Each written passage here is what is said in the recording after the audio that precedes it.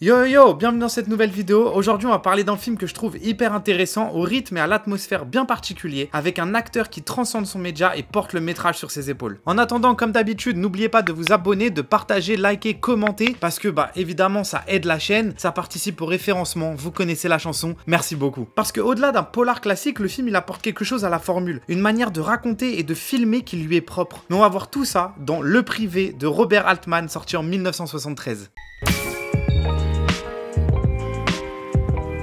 Le film raconte donc l'histoire d'un détective privé du nom de Philip Marlowe qui, aidant un ami à fuir les États-Unis sans connaître vraiment la raison, va se retrouver lié au meurtre de la femme de ce même ami. Le réalisateur du film est donc Robert Altman, et loin d'être un nom qu'on entend assez souvent, c'est pourtant un réalisateur super intéressant, rien que par déjà sa manière d'utiliser le son dans ses films. En général au cinéma, si on tourne une scène avec des personnages qui parlent à une table et qu'il y a plein de gens autour, les gens autour font semblant de faire du bruit, et puis ensuite on rajoute en post-prod les dialogues, les bruits de fond, etc. Altman, lui, il aimait que ce soit la cacophonie, qu'on ressente réellement l'ambiance d'une scène. S'il y a 10 figurants qui crient autour, alors ils crieront sur le tournage en même temps que les acteurs parleront. Ça peut être déroutant sur le moment, mais de toute façon, ce n'est pas vraiment quelque chose qu'on va voir aujourd'hui. C'est surtout en 1970 que son nom perce le grand écran quand il fait MASH. Ensuite, il sera connu pour des films comme John McCabe, un super film, Nashville, Trois femmes, The Player, Shortcuts et évidemment, le film de cette vidéo, Le Privé. Je l'ai dit au tout début de la vidéo, mais ce que je trouve être le plus intéressant dans ce film, c'est ce qu'il apporte au polar dans le cinéma, pour deux raisons particulières. Déjà, son acteur-personnage principal et son adaptation du roman de Raymond Chandler, The Long Goodbye. Sur le premier point déjà, donc son personnage principal, Philip Marlowe, joué par Elliot Gould. Parce qu'en soi, l'intrigue, elle est sympa, mais c'est pas bien important au final. Mais on y revient dans le deuxième point. C'est surtout les personnages qui sont importants. Et en premier lieu, comment Gould joue Marlowe avec une nonchalance incroyable et une insolence tellement belle. Il paraît inoffensif et en même temps, il donne l'impression d'avoir toujours 2 tours d'avance sur n'importe qui. Et en fait, tout ça, le mélange de sa désinvolture et de son intelligence, ça le rend humain. Et c'est un traitement de détective privé si intéressant et si loin, par exemple, de Humphrey Bogart. Et alors, au cas où, petit aparté sur Humphrey Bogart, pour ceux qui ne le connaîtraient pas, mais bon, c'est un des plus grands acteurs de son époque et du cinéma tout court. Il a joué dans un film absolument mythique qui est Casablanca, mais ce qui nous intéresse ici, c'est qu'il a joué aussi Marlowe, en fait, dans une autre adaptation d'un roman de Raymond Chandler, Le Grand Sommeil de Howard Hawks. Un autre, d'ailleurs, aussi très grand réalisateur,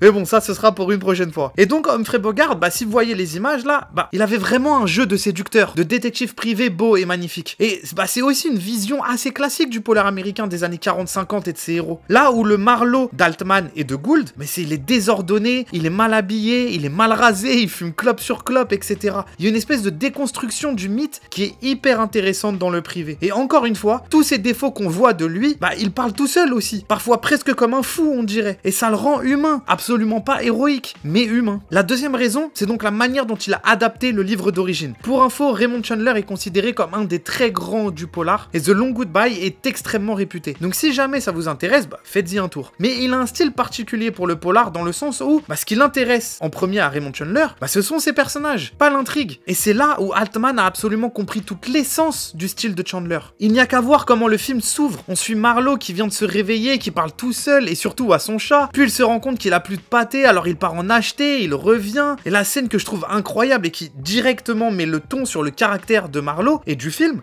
il verse la pâtée qu'il vient d'acheter, qui est une mauvaise marque, dans une ancienne boîte d'une bonne marque, celle que le chat aime, pour jouer un tour à son chat. Pour genre lui faire croire qu'il a acheté la bonne pâtée. Mais c'est lunaire, et en même temps, c'est génial. Donc on a directement, dès l'intro du film, une idée de ce que va être l'atmosphère de Le Privé, le caractère du personnage principal, et en même temps, le film, il oublie pas qu'il est un film. Et donc aussi de t'intégrer quand même l'intrigue en te faisant un montage alterné d'un gars qui prend sa voiture, les mains en sang, et tu sais pas trop ce qui se passe, etc. Et donc, d'un certain côté, si ça c'est pas de l'intro efficace, je sais pas ce que c'est. Parce que on a définition du personnage et en même temps du suspense et de l'intrigue. Justement, c'est sur ce dernier point que je trouve le film super intéressant dans son adaptation. Parce qu'il réussit à attraper certains problèmes du livre. L'intrigue et le déroulé de l'action. Je l'ai dit juste avant, mais Chandler part d'abord de ses personnages et ça a un peu tendance à se ressentir, je trouve. Au fur et à mesure du livre, parfois, on perd l'intrigue pour la rattraper plus tard, etc. Et c'est là que l'adaptation devient intéressante. C'est que le film, lui, lui, il perd jamais son intrigue. Il la rend cohérente, fluide et compréhensible. Le but de ce propos, c'est pas de dire que le film est mieux que le livre, d'ailleurs, au passage, parce que pas du tout. C'est juste qu'encore une fois, il a conscience d'être un film, sinon tu perds encore plus facilement ton spectateur. Tout ça pour dire que le travail d'adaptation, il est fabuleux, parce qu'il comprend l'essence même du polar de base, l'essence même de l'écriture de Chandler, tout en changeant certains aspects pour rendre le film plus logique et digeste. Une autre grande réussite du film, et qui en fait un film si particulier, c'est son univers. Parce que au-delà du personnage en lui-même, c'est aussi tout ce qui gravite autour de Marlowe qui accentue sa personnalité ou l'atmosphère du film en général. On a parlé du chat, déjà, c'est un des éléments. La manière que Marlowe a d'être avec lui. Il y a aussi le choix de l'appartement dans lequel il vit, et surtout l'architecture de l'immeuble si spécial avec l'ascenseur qui se retrouve là, en plein milieu à l'extérieur, ce qui oblige le personnage à toujours passer devant ses voisines qui sont sur le balcon H24, et puis le choix de ses voisines pleines de liberté, à poil la plupart du temps, fonce-dé l'autre partie du temps, et qui incarne justement ces années 70 aux USA. Et puis surtout la manière qu'a Marlowe d'interagir avec elle, comme la manière qu'ont les autres personnages qui rendent visite à Marlowe au fur et à mesure du film, ont de réagir avec elle. Tout ça donne une atmosphère si singulière au film, tout ça sublimé par une lumière magnifique, mais surtout une mise en scène discrète, mais terriblement intelligente. Si je prends par exemple les scènes en appartement de nuit, où on voit la ville là toujours présente avec ses lumières en flou dans le fond des plans, qui montrent encore l'intelligence du choix de décor, qui permettent ce genre de plan. La ville est toujours présente, c'est presque un personnage. Mais il y a un travail sur les cadres en général pendant tout le film, comme quand il va voir une cliente et qu'il la met dos à la vitre pour que quand on la filme, on voit la plage et la mer derrière elle. L'œil frétille tout le temps, même dans les moments les plus anodins. Et là, je parlais de mise en scène, mais ça peut aussi être via les dialogues, via la scénographie ou via le caractère et le jeu d'un personnage. Parce que le film est traversé de personnages hauts en couleur, tout aussi tarés les uns que les autres, et pourtant,